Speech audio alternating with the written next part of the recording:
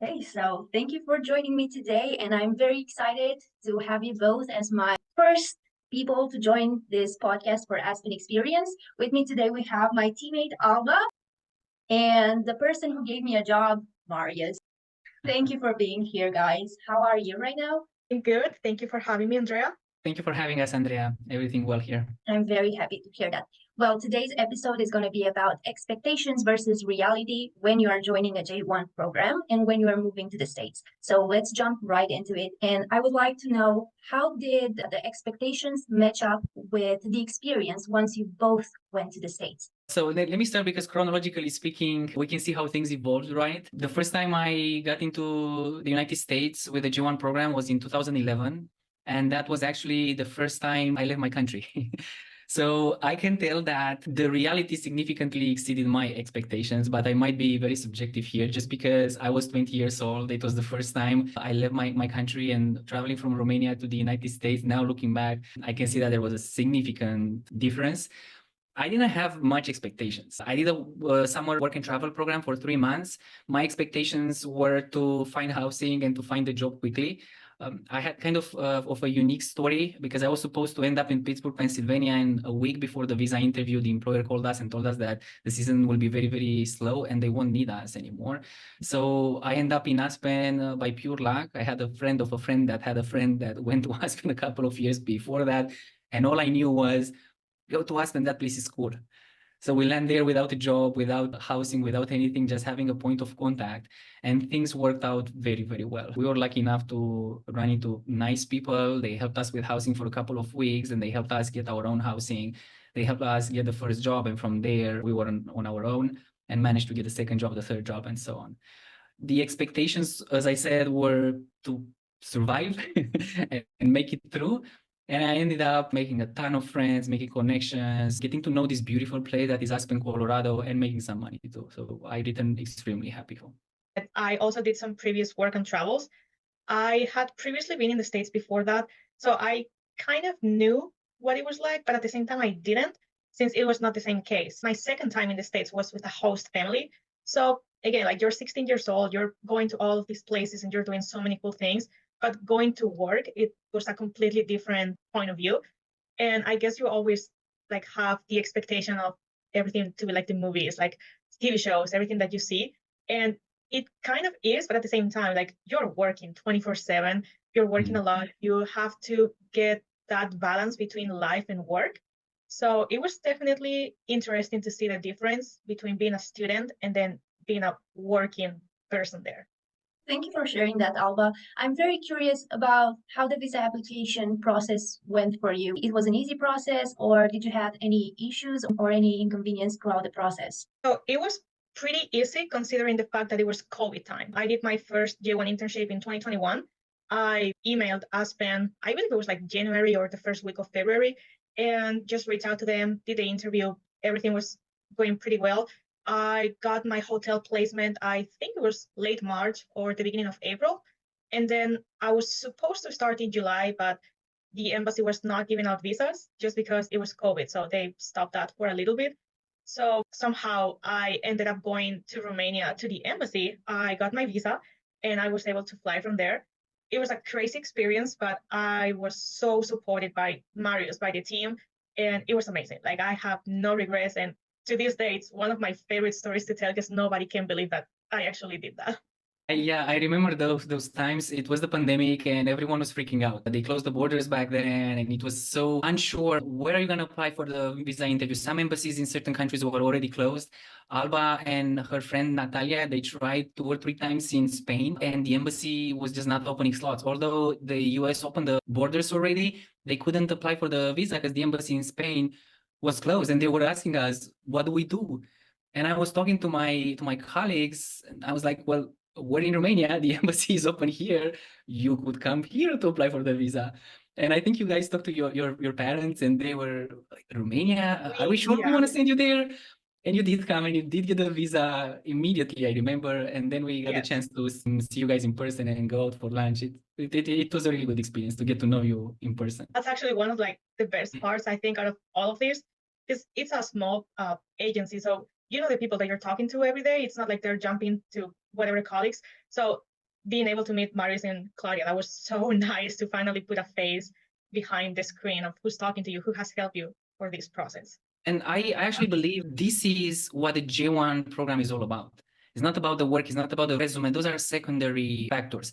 But what the J1 program is all about is connections, meeting people. You guys were basically our first students, our customers, if you want. We never saw you like customers. We saw you like human beings, and we interacted with you. We're trying to solve your problem, and we had the tools to solve that problem that you guys had. Fast forward 3-4 years later, you did a second internship with us. We kept in touch. Now you're part of the Aspen Experience team. This is one thing that I tell all our candidates when I have the chance. Focus on the connections and the network that you can build, because that's the biggest advantage. That's the biggest asset that you're going to take with you, especially in your career in the future. That's such a lovely story. And what you're saying, Marius, is definitely so true, because I never wanted to apply for a J1 internship, but I did wanted to apply for work and travel. So I did contact agencies, and they were treating me like I was just piece of a puzzle. I was not that important. And they were slow to reply to emails.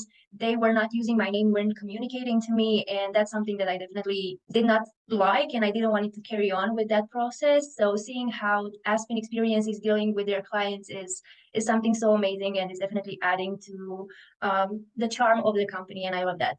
I love that a lot. But this is like we were talking about Alba's experience with the visa process, and that's the most recent thing. Would you please care to tell me more about how your visa application was back in 2011, and if you can tell us some more about how the process changed throughout the years?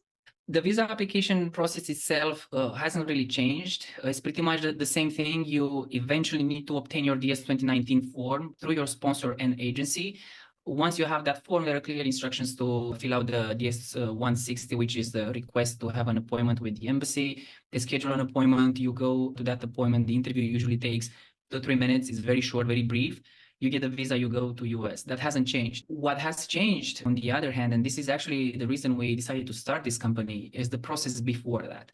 My experience was different. I've done 5 G1 work and travel programs, every single one with the same agency back home, and it was the same every time.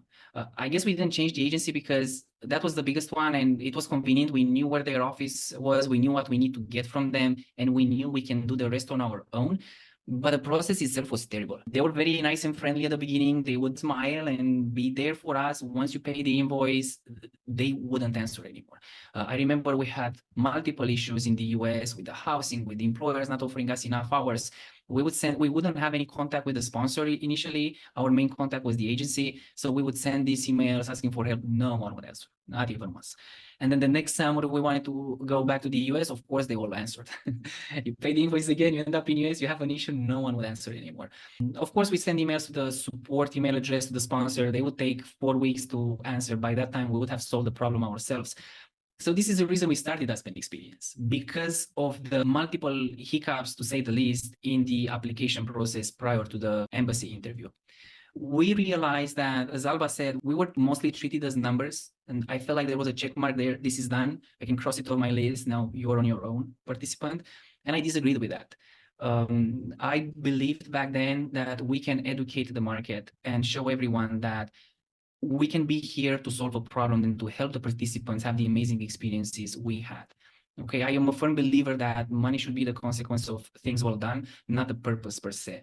So we decided to start Aspen Experience, and that was 6 years ago. All the Aspen Experience team were still on WhatsApp communication. All our participants has everyone's WhatsApp numbers, and we stay in very close communication with them. And the most important, basically our contractual obligation ends the moment they get a visa approved, but we encourage them, stay in touch with us during your internship. You might need us, you might have questions, you might run into issues.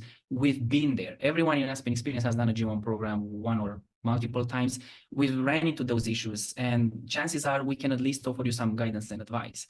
And whenever they do that, they talk to us and they seem to be happier after the interaction with us than they were before. Thank you very much for that. You mentioned multiple times that you had some challenges when you got to the US. Would you please tell us some of these challenges and how you dealt with them, since that agency was not able to provide too much help?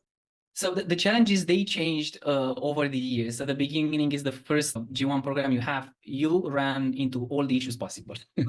Not some of them, you run into all of them. Starting from how do you find housing? Or even before that, you arrive in the US, right? And you land the first time in the first airport. And from there, you might have to travel to your employer. How do you rent a car? In our case, we landed in Denver, which is 6 hours away from Aspen. How do you get from Denver to Aspen? The first year we arrived in Denver, we didn't even have a phone plan. How do you call? How do you ask how to get from Denver to Aspen? You know, we had no prior participants that went there or people to talk to. So what we did, we landed in Denver. We looked online. There is internet in the airport. We looked online. What are the ways to go to Aspen? There was this bus. We landed at 4 a.m. at night. The next bus was at 7 a.m. So we basically waited for 2-3 hours in the bus station. Then we took the first bus. While we were waiting, we realized we really need the phone. We really need the phone to have internet and be able to communicate with people. So we went to a phone carrier and open a phone plan. That way we had access to internet and we were able to communicate during the 5-6 hours bus trip with the contact person that we had in Aspen that was supposed to pick us up and bring us to the housing unit. So those are the initial challenges you face. You need internet, you need the phone, you need to be able to communicate with people. And then you need to figure out housing. We were lucky to have someone pick us up and keep us in their housing for a couple of weeks, but then you need to figure something long-term, right? The challenges that we faced was we didn't realize how the credit history system works in US. And pretty much no one wants to rent you a house. Is like getting a loan, right? If you want, because they are lending their apartment expecting a payment back. And the question is, what if you don't fulfill your commitment until the end of the lease, the 12 months period lease? So they need to check your credit score. We realized that no one wants to give us housing because we had no credit history. And we kept trying. All these issues, you need to keep trying. We went to the second, the third, the fourth landlord until someone eventually wanted to help us. And that's how we solved all these issues, by trial and error, by continuing working on them. That's very brave of you. I would have just cried in the airport and I would have stopped my experience there. But circling back to Alba, I'm very curious about how your experience was once you got to the States and if you had any challenges or funny moments that you want to share with us. So just talking about what Marius just said about the housing stuff and networking, we were so lucky. Me and my friend were so lucky that during our previous J1 internships, the work and travels, we met some people from the States, and somehow one of them was a realtor. He helped us find a place in under 2 weeks since everything was so quick. And I cannot thank him enough. Like, that saved our lives right there, because we had a time of like a week and a half before we flew into States. So it was kind of crazy, but I guess everything, just the perks of networking and getting to know people outside, it really helps out. Whenever you need it, like, people are always going to be there. We didn't have any big issues. We just needed to figure out things like getting the phone plan, getting all of that stuff that previously we didn't really think of. So it was a matter of, okay, we need to organize ourselves. We need to go figure this out. We previously had our social security, so we did not have to worry about that. So not any bigger issues. So pretty happy with the whole process. Do you have any funny stories or awkward stories about adapting to the culture once you got to the US? Honestly, maybe just a little bit of the difference between talking in Spanish and talking in English, because sometimes I consider myself to have a pretty good English level right now, but there's certain things that I may not be pronouncing correctly, or I may know like a little bit of slang, and I want to impress people and say something, and I am not saying it correctly. So they look at me like, what did you just say? So things like that still happens to this day, but with time, it gets better and better. Well, your English is perfect. So I'm happy that's the awkwardest moment that has happened to you in the States. Marius, now I'm circling back to you as the CEO of Aspen Experience and the number one person that hears it all. Would you please share with us some misconceptions that people have about the J1 programs?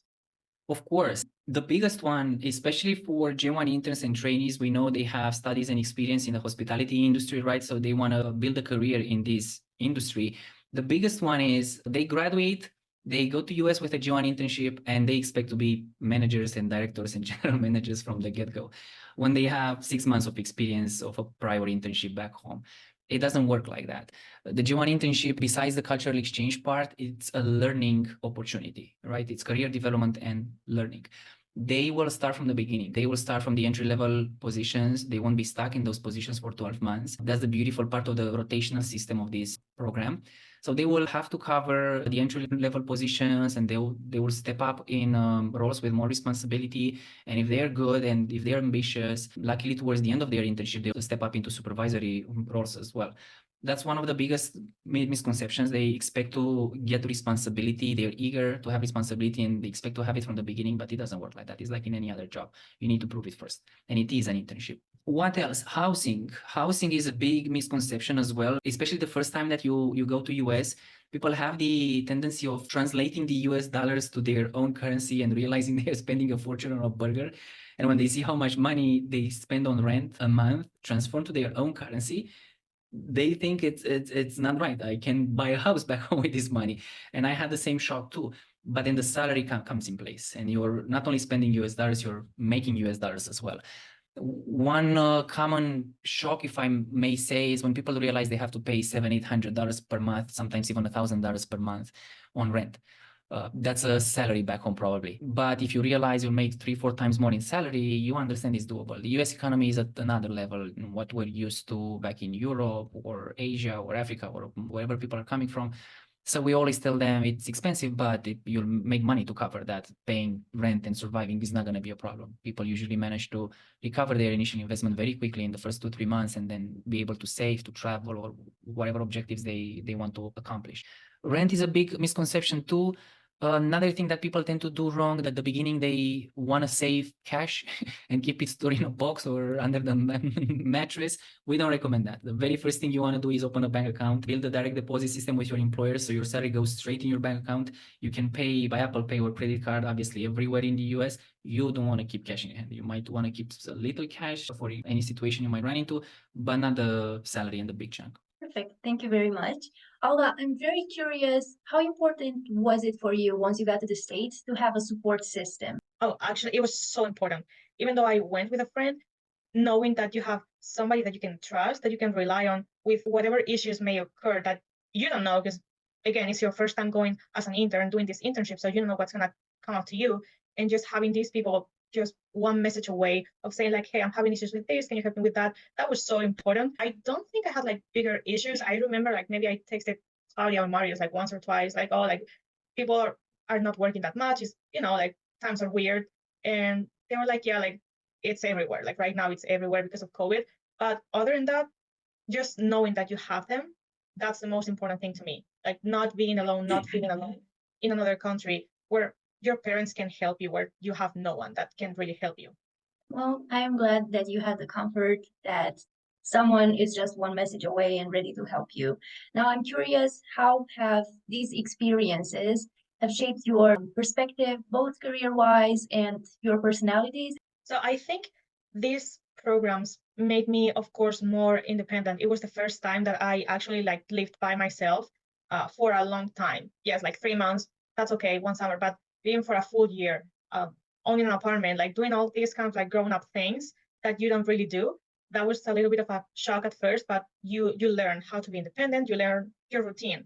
So that opened my mind, and being in another culture also, meeting so many people from different countries, from the States, Philippines, and Serbia, whatever places all over the world, and getting to know them and seeing that you're similar and different at the same time. It was really, really interesting because I do love my friends from all over the world. I think I have more friends outside of Spain than I have in Spain right now, and it's kind of crazy. But it's been a wild ride. I wouldn't change this experience for the world. That's very nice. Marius, do you want to jump in with your experience? The work and travel and USA experience has changed my life completely. After the first experience there, it was the first time I became completely independent financially and as a person from my parents. The confidence level that I gained, the fact that I was able to easily express myself in another language, which didn't happen before. I remember I returned in October and 2 weeks later, I got a job, a very important job for me coming from a finance background. And it's not because of the technical skills that I had, it was because of the confidence that I had. 3 months in the US, like Alba said, being by myself completely, you need to do lunch on your own, you need to buy groceries, you need to plan to cook right at the beginning. You're not going to afford to eat in restaurants every day and so on. Doing everything on your own while making money and while handling two, in my case, I had 3 jobs at some time. It makes you realize you can make it. And then all the connections that you have and all the doors that this experience opens, and having the perspective of being able to return there, or having proof to yourself that you made it in a completely new and strange environment for you. Coming back home, it was a piece of cake. I was able to get a very good job back home quickly. I was able to grow my career quickly because of the G1 program that I did. And that's why I kept going back. And I kept building my confidence, my technical and soft skills. I kept making some money. And then eventually I realized I know enough people to start a business. I realized Aspen Experience came from this. And on a personal level, not to mention, I have so many friends that I'm in contact with. Many of them are part of the Aspen Experience team now. My wife is another very important, significant part of my life that I met during the G1 internship program. So it definitely changed my life.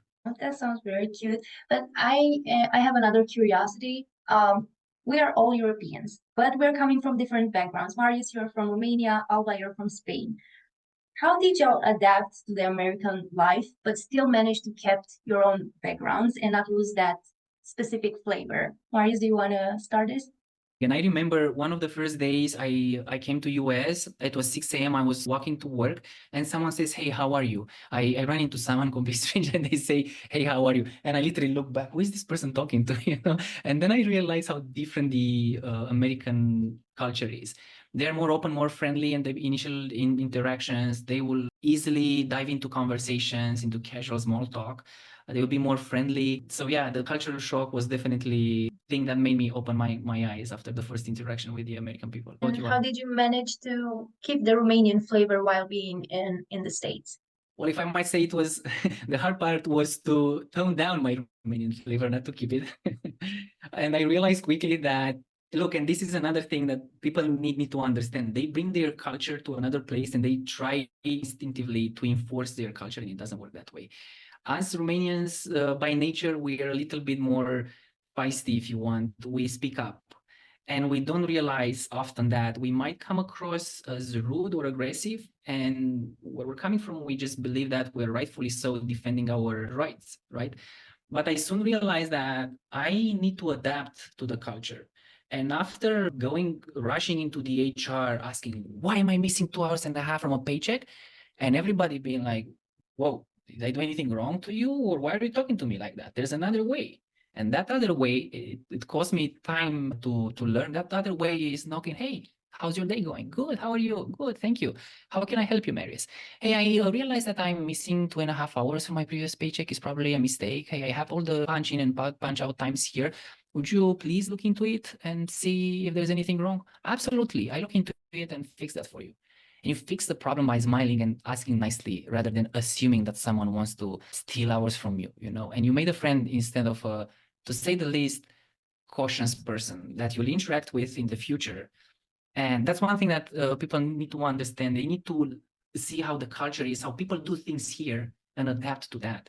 You can't enforce the way you're used to doing things and make these people in this completely new place for you do things your way. That's not going to work. And there are issues often. Interns, they run into issues, and we tend to believe that, right? It's human nature. We tend to believe that we are the most important ones around, and we are kind of the only ones around. And we bring our problem into someone else's day, and we tend to believe that that's the only thing that they have on their plate. Many times they have a lot more on their plate, and we don't realize that. So one advice that I give everyone first is talk to Aspen Experience, because we can tell you, hey, look, you should address the situation this way. It's often happens that their training plan is not fully followed, and they go to HR and they fight. I was supposed to work in room service right now. Why am I still working as a busser? And we recommend come talk to us and we'll explain. Go to HR, talk to your supervisor first. They would be the first ones to see what's going on there and ask nicely, hey, I noticed that my training plan right now should be in the rooms division. Is there any reason why I'm still doing this? And then might tell you nicely, sorry, I didn't realize that. We'll work on your next schedule to put you in this other new role. Or we're aware that you're supposed to be in that new role, but we believe your, I don't know, customer interaction skills or English language skills are not there yet. How about we put you through an intensive program for the next 2 weeks so we prepare you for that? And this way you have a solution, you talk nicely to people, you encourage people to work with you on solving your problem rather than attacking them and accusing them that they didn't solve a problem that they probably didn't even know that you had. So it's always better to understand you're working with people. and try to, relate with them and find a friendly, amicable solution. Thank you for that. That's actually a very good advice. Alba, do you want to jump in now and let us know how did you manage to adapt to the American life while keeping the Spanish flavor? Of course. So I relate to everything that Mari said so much, like almost exactly the same. People are just so nice. They're like, they will talk to you and you're like, why are you talking to me? I don't know you. This is weird. But uh, it's just them. Like once you start to understand their culture, everything's fine. Of course, I'm from Spain. I love my country and I wanted to share things from my country with other people because they would ask me questions like, oh, what is it like to be in Spain? What is it like to eat your food? So we would share things like if I found a Spanish restaurant, I would take my coworkers, my friends, whoever I could find to go eat a Spanish restaurant. There was one time that they actually let me cook in the kitchen of the hotel, and I was able to make like some typical dish from Spain for just whoever was working that day. So really happy that I got my moment there because I always wanted to just cook in a kitchen like that. And I am a person, and my personality is to observe. So I like to observe first, see what everything looks like, and then I'll know which way to go. So there was times where you want to say something, but you're like, I'm not sure how this is going to work. So I'd rather just wait. And then once I get like confident enough to know what I'm doing, I'll do it. And funny story, I work in food and beverage, so I work with my director for over 2 years with my two internships. So we have a great relationship. He's super, super nice. And once I left this last time, he made like this whole speech about me and me leaving and all of that. And he reminded me of something that I completely forgot, of how we had a meeting one time, and it was me and another Jane. Once we were just talking about our program, and the other people were having issues. So I kind of took the lead because they were being more shy about it. So I was like, okay, like this is going on, like this is going on. You have to fix this. So he was getting up, like, I'll take care of everything. And I told him, like, no, sit back down because there's more things to talk about. And to this day, he remembers that. I don't know how. And it was one of the greatest stories because, like you need to know when to take action and how to do it. And at that point, I don't know what I was thinking. I just said it. And he was like, oh, okay. She has a little bit of spice right there. So honestly, it was awesome. I laughed. I was a little bit embarrassed when he told that story. I was like, oops, maybe not my finest moment there, but everything's okay. I love that. That's actually a great story. Thank you for sharing that. And guys, we finally made it to the final question. And I would like for the both of you to tell me what is the most important thing that you learned from these experiences in the US? There's so much to talk about here. It would be an entire new episode of this podcast. The most important thing, you need to respect people and you need to treat people like people with their personal life in the back, with their personal issues and stories, with their struggles or happy times. You're not interacting with robots, and you cannot expect people to react like robots to your issues. Okay, you need to be flexible and try to be friendly and find a solution that works for everyone. Be flexible. It's important to work hard. It's important to expose yourself to whichever areas you feel most uncomfortable with. We see from time to time people that go speak very little English. They go to US, in 3 weeks they speak fluently, or in a month or so. We also see candidates that spend 1 year in US and they speak English just as low as they spoke before they engage into this internship. That's because they feel uncomfortable to speak to guests and they run away from it. Don't do that. Whatever makes you most uncomfortable, do more of that. Okay, that's one thing that I've learned. Another thing, so important, build connections. Get business cards, say hello to people. Don't be afraid. Like Alba said, I promise you, that director that you sat down, he respected you right there. Obviously, you need to do it in a polite way, but people respect and notice when other people speak up. And it was your right to say, hey, my problem is not solved. Please sit down. You need to listen some more. That person respected you. So don't be afraid to interact with people based on their title, right?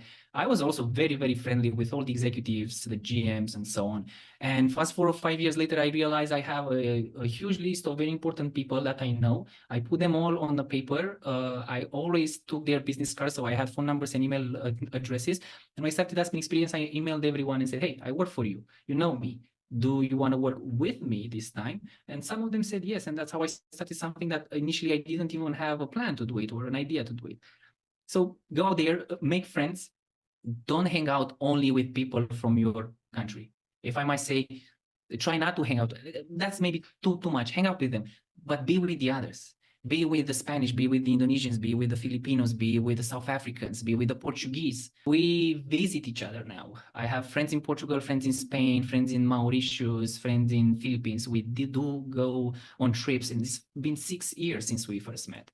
That's something very, very important. And you never know where life takes you. So be open and build those connections.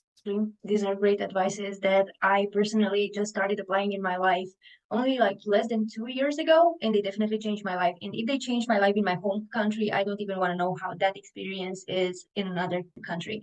Alba, do you want to jump in now? So one of the main things for me, again, is just how to be independent.